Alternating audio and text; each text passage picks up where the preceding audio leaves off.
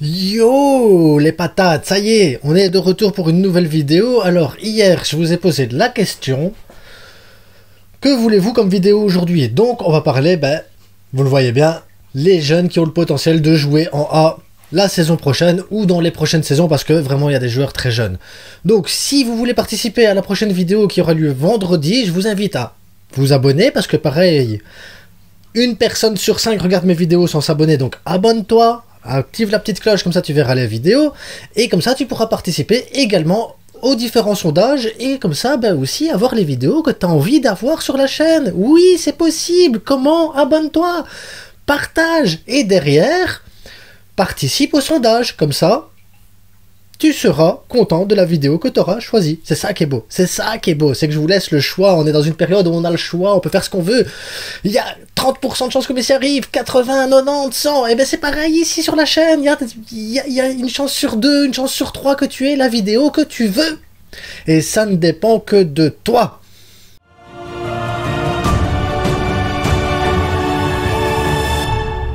Après cette petite intro un peu foufou, sachez que la prochaine question est déjà sur YouTube, elle est déjà là, il n'y a plus qu'à voter pour savoir ce que vous voulez. La question, voilà, tu sais quoi, abonne-toi, comme ça tu verras la question, c'est tout. Hop, on passe à autre chose. Donc, les jeunes qui ont le potentiel pour jouer avec l'équipe A, que ce soit cette saison-ci ou la saison prochaine ou la saison suivante, parce que il y a des joueurs entre 15, 17, 18 ans, 16 ans, voilà, et des Gavi, des Pedri, des Baldé, il y en a pas tout le temps les gars, il y en a pas tout le temps.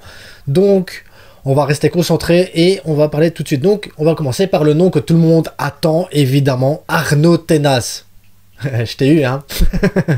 Donc, Arnaud Tenas, deuxième gardien. Il pourrait être deuxième gardien la saison prochaine. Là, pour le moment, c'est Iñaki Peña, mais si Iñaki Peña s'en va pour un prêt ou pour une vente, peu importe, Arnaud Tenas pourrait intégrer l'équipe 1 en tant que deuxième gardien. Arnaud Tenas, pour moi, est même un meilleur choix que Iñaki Peña, hein, je vous le dis aussi.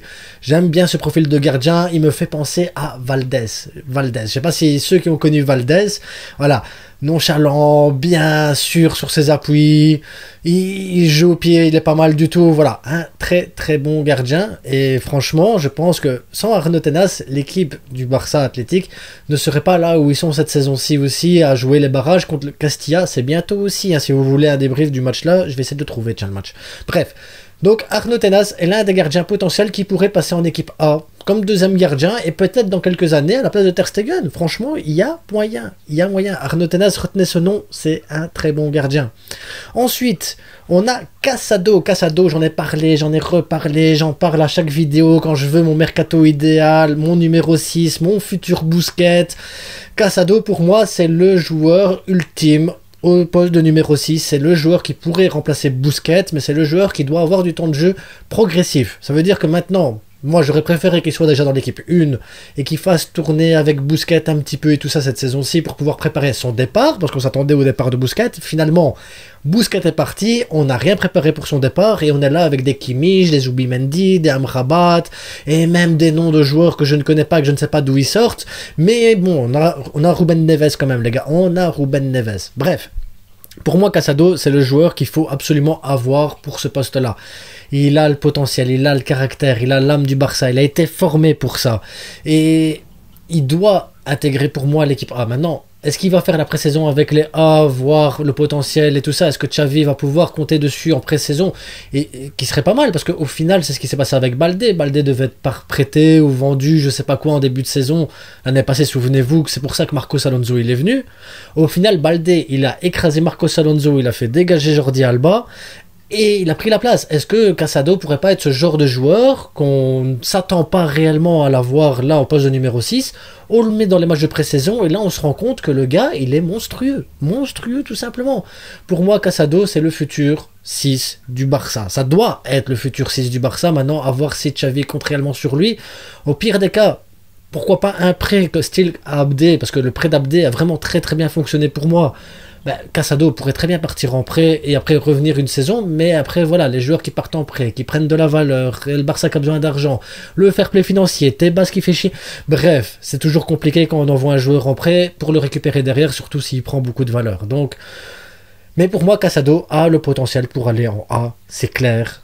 Voilà, c'est même pas discutable. C'est même pas discutable. Casado, pour moi, doit déjà faire la pré-saison avec les A, c'est comme ça, c'est tout. Autre joueur qui, moi, m'impressionne et qui impressionne aussi Xavi, je pense que Xavi aime beaucoup aussi ce profil-là, c'est Garrido. Donc Garrido, c'est peut-être le joueur qui va avoir sa chance, sûr et certain quasiment, cet été en pré-saison.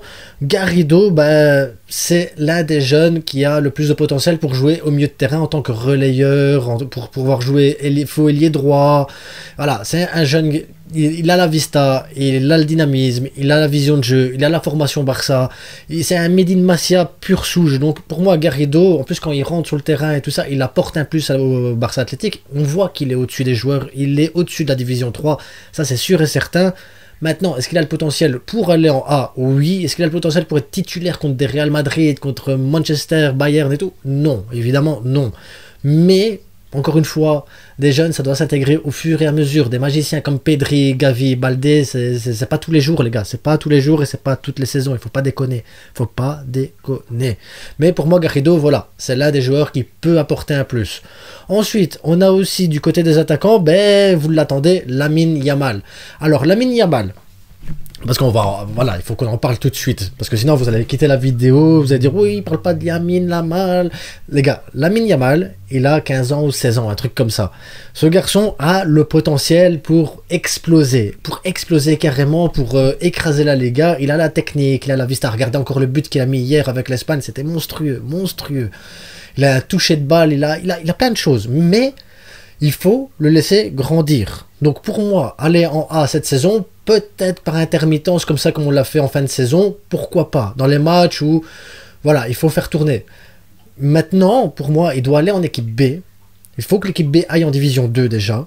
Il faut qu'ils passent ici les barrages, il faut qu'ils aillent en division 2. Ensuite, il faut qu'ils jouent avec l'équipe B, qu'ils s'imprègnent encore bien de ce truc du Barça, de cette formation Barça, de cette formation Masia qui est hyper importante, et faire les entraînements avec la A.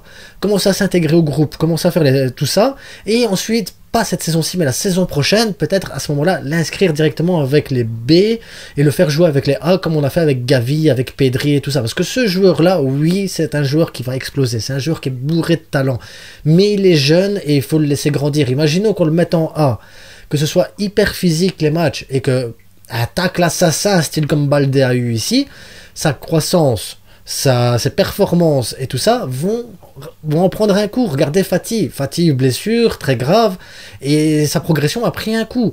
Lamine Yamal, il faut éviter ce genre de truc, il faut protéger ce genre de joueur et je pense pas que le mettre en A directement ce soit le protéger, surtout qu'il est encore en pleine croissance, en pleine formation. Mais pour moi, oui, dans les années à venir, Lamine Yamal doit être titulaire avec le Barça en A, surtout s'il continue à faire des matchs comme ça, à progresser comme ça, avec sa technique et tout ça. Franchement, il a le potentiel pour devenir notre futur 10. Futur 10 que beaucoup de gens ont voté et on passe à ça après. Ensuite, on a des défenseurs aussi. Donc, défenseurs, on a Pau Kourbassi qui joue à gauche, on a Pau Brim qui est pivot, Hector Fort qui est latéral droit. C'est des profils que Xavi apprécie énormément. Maintenant, moi, je les ai vus jouer et j'ai pas trouvé qu'ils étaient au-dessus du lot. Voilà, ça reste des bons joueurs. Pour leur âge, ils se débrouillent très bien. Ils ont une bonne patte, ils ont un bon toucher, ils ont une belle façon de... Voilà. Mais il faut encore les laisser progresser et voir ce que ça va donner dans le futur. Du moins... c'est hyper important de voir ce que ça va donner dans le futur. Eux, ils ont ce potentiel, mais est-ce qu'ils vont développer réellement le potentiel pour pouvoir aller plus loin? Ça, j'en sais rien. Mais c'est des noms qui sont intéressants. C'est pareil aussi pour l'autre attaquant qui est Marc Guiu, je sais pas comment on le dit. Bref, il est bon, mais est-ce que réellement c'est le genre de joueur qui va exploser au Barça? J'en suis moins sûr aussi. Maintenant, ça peut être un très bon joueur pour des équipes style Betis, Séville, Valence et tout ça, mais pour le Barça, je suis moins sûr que ça va performer. Donc voilà, ça c'est pour moi tous les joueurs là qui ont le potentiel pour pouvoir jouer et monter en A. Ensuite, je vous avais posé la question, quel numéro 10? Et vous avez voté énormément pour Frenkie de Jong en 10 et je valide. Il y en a qui ont mis Abdé pour moi trop jeune, d'autres ont mis Rafinha pour moi doit prendre le 11 de Ferran Torres, si Ferran Torres s'en va. Donc après on pourrait mettre Sergi Roberto, vous allez me dire mais non, on va pas déconner non plus. Mais Frenkie de Jong, En numéro 10, si on n'a pas Gundogan, si on n'a pas Bernardo Silva, si on n'a pas Messi, pourquoi pas Messi, ça vient de passer à 43% de probabilité qu'ils viennent, les gars. En 10 minutes. Donc, n'oubliez pas, les gars, abonnez-vous, likez, partagez, et merci à Espacio Tempo, qui faut le suivre sur Twitter, les gars. Le gars, il vous fait des débriefs des matchs de Barça Athlétique, des jeunes et tout ça. Super chaîne Twitter là-dessus, donc voilà, je vous invite à vous abonner à Twitter sur sa chaîne. Si c'est pas fait non plus pour moi, ben, abonnez-vous aussi sur Twitter sur la frite catalane, les gars. Je donne les infos, je partage, je fais plein de trucs, je fais plein de trucs.